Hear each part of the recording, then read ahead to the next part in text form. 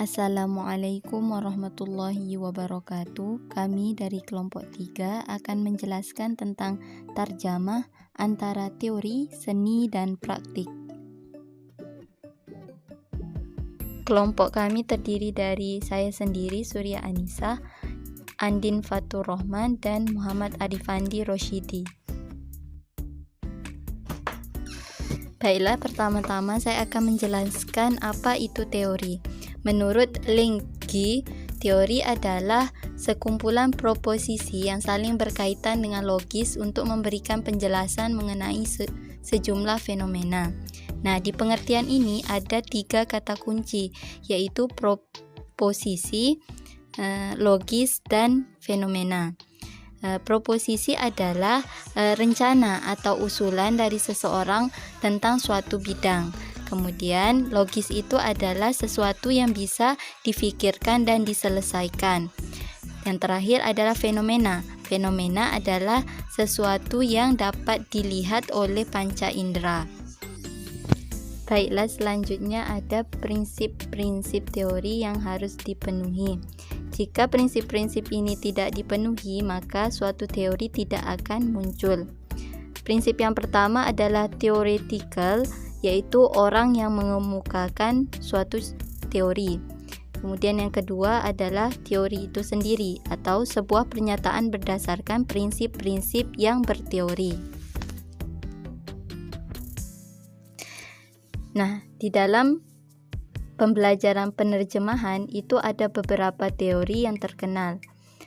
Di sini kami kelompok 3 akan membahas tentang teorinya Crawford, Larson, dan Peter Newmark. Baiklah, yang pertama adalah teori penerjemahan Crawford.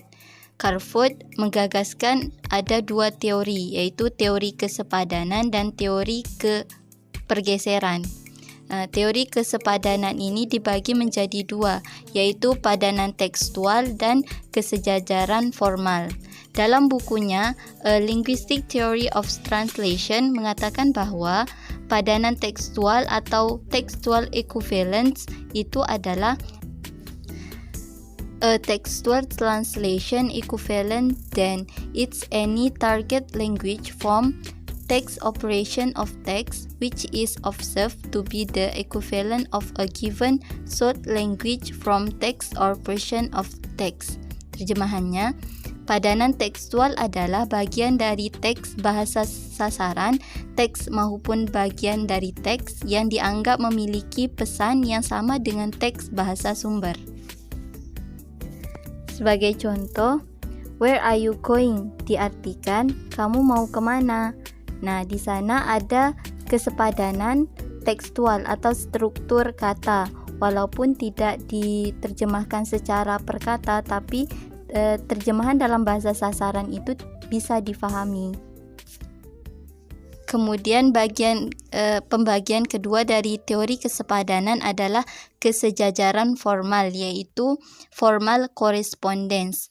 Crawford dalam bukunya mengatakan bahwa a formal correspondent on the other hand is any target language category, unit, class, structure, element of structure, or each other which can be said to occupy as nearly as possible the same place in the economy of the target language as the given sole language category occupy in the such language.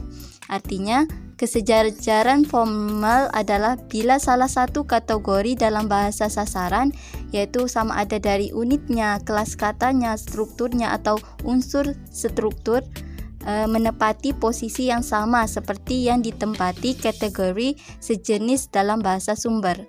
Contoh, no drinking diartikan dalam bahasa sasaran yaitu dilarang minum. Nah, aslinya kata no itu diartikan tidak dan drinking itu sedang minum. Tapi di sini menggunakan teori kesejajaran formal itu bisa diartikan dengan dilarang minum. Baiklah, lanjut ke teori kedua Crawford, yaitu teori pergeseran. Teori pergeseran ini dibagi menjadi 2, yaitu level shift dan category shift. Dan di kategori shift akan dibagi menjadi 4 lagi, yaitu struktur shift atau pergeseran struktur, kedua class shift atau pergeseran kelas kata, ketiga unit shift atau pergeseran unit, dan yang terakhir adalah intra-system shift atau pergeseran intra-system. Baiklah, untuk yang level shift menurut Carford itu adalah level shift R is a such language item at the one linguistic level has a target language translation equivalent at the different level. Atau terjemahannya, pergeseran yang muncul di permukaan dalam bentuk item bahasa sumber pada level linguistik tertentu mempunyai padanan dalam level yang berbeda. Misalnya, dalam tatanan gramatika berpadanan dengan leksi. Leksi itu adalah yang membahas tentang makna suatu kosakata. Contohnya, she is eating diartikan dalam bahasa Indonesia itu dia sedang makan. To be yaitu verb ing dalam grammar diterjemahkan dalam bahasa Indonesia dengan leksikon atau kosakatanya sedang makan. Kemudian beralih ke pembagian teori pergeseran yaitu kategori shift yang dibagi menjadi 4 yang tadi. Yang pertama yaitu struktur shift atau pergeseran struktur. Nah, di sini pergeseran struktur adalah pergeseran yang paling sering terjadi secara gramatikal dalam berbagai tataran, yaitu kata, frase, klausa, atau kalimat. Contohnya yaitu bisa jadi kalimat yang pasif dalam bahasa sumber itu bisa menjadi kalimat aktif dalam bahasa sasaran. For example, your message has been sent. Itu diterjemahkan dalam bahasa Indonesia, kami telah mengirim pesan Anda. Nah, di sini dapat kita lihat dalam bahasa Inggrisnya itu berupa kalimat pasif, kemudian diterjemah dalam bahasa Indonesia menjadi kalimat aktif. Kemudian yang kedua adalah class shift atau pergeseran kelas kata. Pergeseran kelas kata ini terjadi ketika kelas kata dalam bahasa sumber berbeda dengan kelas kata dalam bahasa sasaran. Sebagai contoh, ada proposisi menjadi konjungsi. Contohnya, in English, after that I walk her home. Dan diterjemahkan dalam bahasa sasaran, setelah kami berbelanja, aku mengantarkannya pulang. Nah, di sini kata after that itu in English yaitu artinya proposisi dan kemudian diterjemah dalam bahasa Indonesia menjadi konjungsi. Nomor 3 yaitu unit shift atau pergeseran unit. Carford mengartikan unit shift is a departure from formal correspondence is which the translation equivalence of a unit at one rank in the such language is a unit at a different rank in the target language. Pergeseran ini hampir sama dengan pergeseran struktur, tetapi pada pergeseran tatanan ini, tingkat antara bahasa sumber dan bahasa sasarannya berbeda. Misalnya, dua buah kata dalam bahasa sumber dapat menjadi sebuah kata saja dalam bahasa sasaran. Contohnya, his father is very nice. Diartikan, ayahnya sangat baik. Nah, di sini kita lihat di bahasa sumbernya, his father. Itu ada dua kata atau frase, his sama father. Tapi diartikan dalam bahasa sasarannya itu ayahnya menjadi satu kata. Yang keempat adalah intra-system shift atau pergeseran intra-system. Carford dalam bukunya mengartikan intra-system shift is a departure from formal correspondence in which a term operation in one system in the such language has its translation equivalent a term operation in a different non-corresponding system in the target language. The shift occur internally within a system. Sesuai dengan namanya, pergeseran ini terjadi pada kasus-kasus yang melibatkan sistem internal pembentukan bahasa dalam terjemahan. Contohnya dalam bahasa sumber menggunakan kata jamak atau plural, kemudian diterjemah dalam bahasa sasaran dengan artian singular. Contoh, people often think negative about him. Diartikan, orang sering berpikir negatif. Kita fokuskan ke kata people-nya. People dalam bahasa Inggris itu diartikan jamak atau plural. Dan kemudian diterjemah dalam bahasa sasaran bahasa Indonesia yaitu orang. Orang itu bisa jadi singular atau yang berarti satu. Penerjemahan Larson dan contohnya. Teori ini sangat dikenal dengan istilah meaning-based translation, yang artinya arti dari terjemahan, arti dasar dari terjemahan. Teori ini, Larson mengatakan terjemah terdiri dari memindahkan makna dari bahasa sumber ke dalam bahasa sasaran. Nah, ini dilakukan dengan perpindahan dari bentuk bahasa pertama ke bentuk bahasa yang kedua, melalui struktur semantik, yaitu dari segi maknanya. Nah, hal ini adalah makna yang dipindahkan dan harus dijaga keasliannya.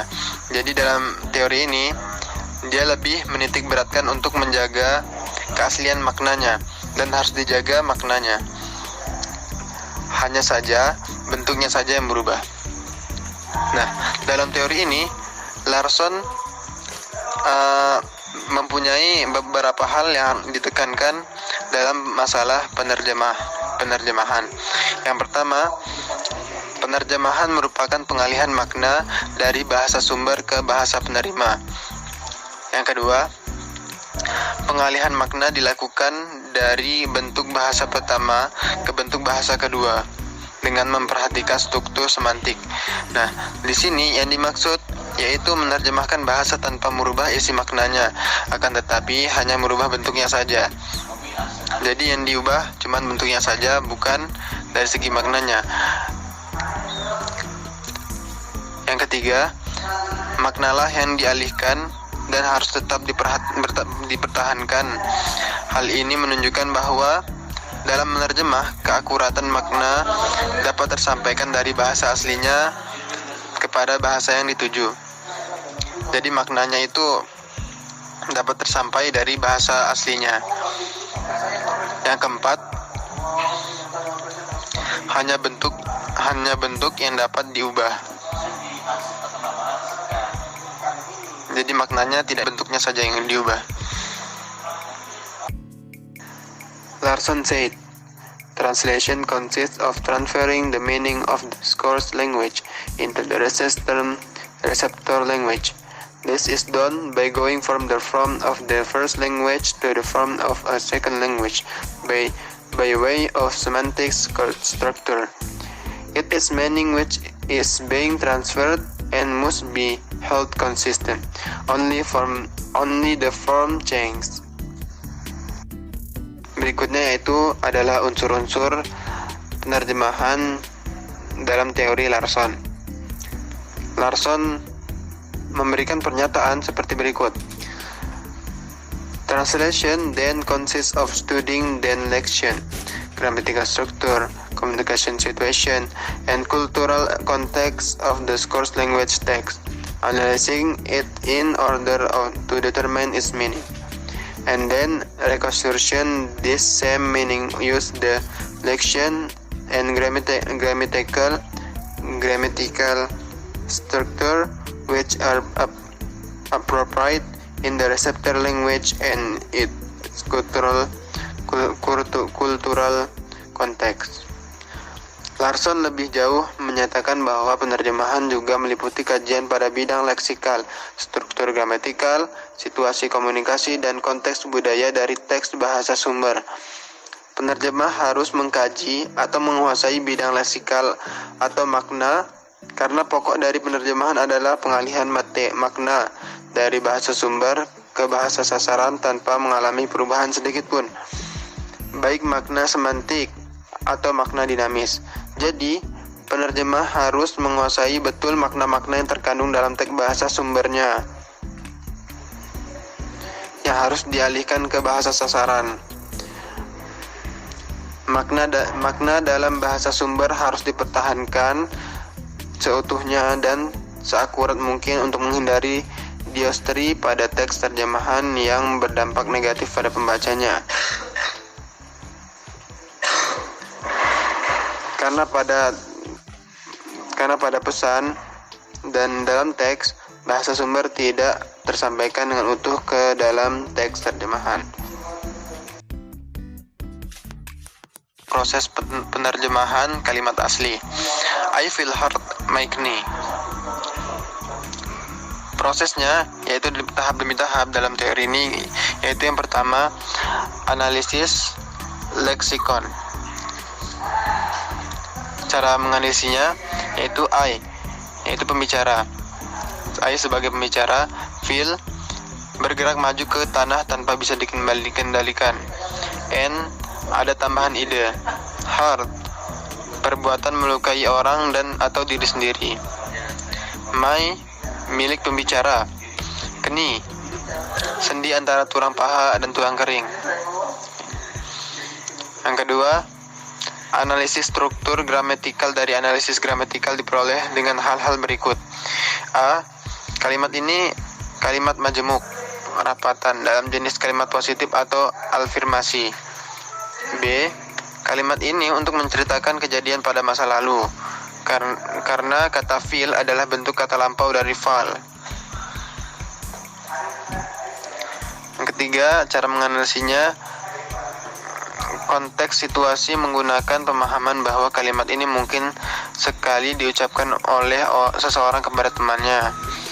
Yang keempat, analisis konteks budaya menghasilkan pengertian bahwa tidak ada hal-hal yang sifatnya sangat khusus dalam budaya Inggris dalam kalimat ini. Ini bisa dimengerti bahwa tidak ada konsep budaya khusus dalam ujaran ini. Baiklah, dilanjutkan dengan teori penerjemah Newmark. Teori Newmark ini dikenali dengan turunan dari linguistik komparatif. Nah, teori ini menurut Newmark dibagi menjadi dua, ada penerjemahan semantik atau semantic translation dan penerjemahan komunikatif atau communicative translation. Newmark dalam bukunya mengatakan bahwa translation is rendering the meaning of a text into another language in the way that the author intended the text. Penerjemah adalah mengalihkan makna yang dimaksudkan oleh penulis teks bahasa sumber ke dalam bahasa lain. Sebagai contoh, bahasa sumbernya keep off the grass. Nah, itu dalam bahasa Inggris. Kemudian, jika menurut teori Newmark itu diartikan, kalau yang penerjemahan semantik itu jauhi rumput ini. Dan jika penerjemahan komunikatif itu diartikan dilarang berjalan di atas rumput. Penjelasan terakhir yaitu menterjemah sebagai seni aplikatif. Nah, menterjemah ini adalah seni yang bersifat aplikatif atau bahasa Arabnya fan tatbiqi. Artinya bahwa ia merupakan keahlian yang tidak akan pernah lahir dalam diri seseorang kecuali dengan melakukan latihan dan membiasakan diri dengannya. Nah, kemampuan menterjemah ini bukan didapat secara kebetulan atau atau bisa juga magic, tapi kemampuan menterjemah ini bisa kita dapatkan dengan cara dengan melalui proses latihan dan latihan. Nah, betapapun praktik atau aplikatif menterjemah menjadi pintu penting dalam penerjemahan, tapi teori terjemah itu juga sangat penting. Jadi, berpijak sepenuhnya pada teori terjemah tanpa pernah melakukan praktik adalah sia-sia. Ibarat orang yang mempelajari teori berenang tapi tidak mau pernah mempraktikkan teori tersebut, maka seumur hidup dia tidak akan pernah bisa berenang. Sebaliknya, praktik tanpa diimbangi dengan belajar teori adalah konyol, layaknya orang yang berenang yang tak mau menghiraukan saran atau cara teori atau pengalaman orang, maka dia tidak akan bisa berenang juga. Seperti itu. Mungkin sekian presentasi dari kami kelompok 3 tentang tarjamah antara teori, seni, dan praktik. Semoga apa yang kami sampaikan bermanfaat. Akhirul kalam. Wassalamualaikum warahmatullahi wabarakatuh.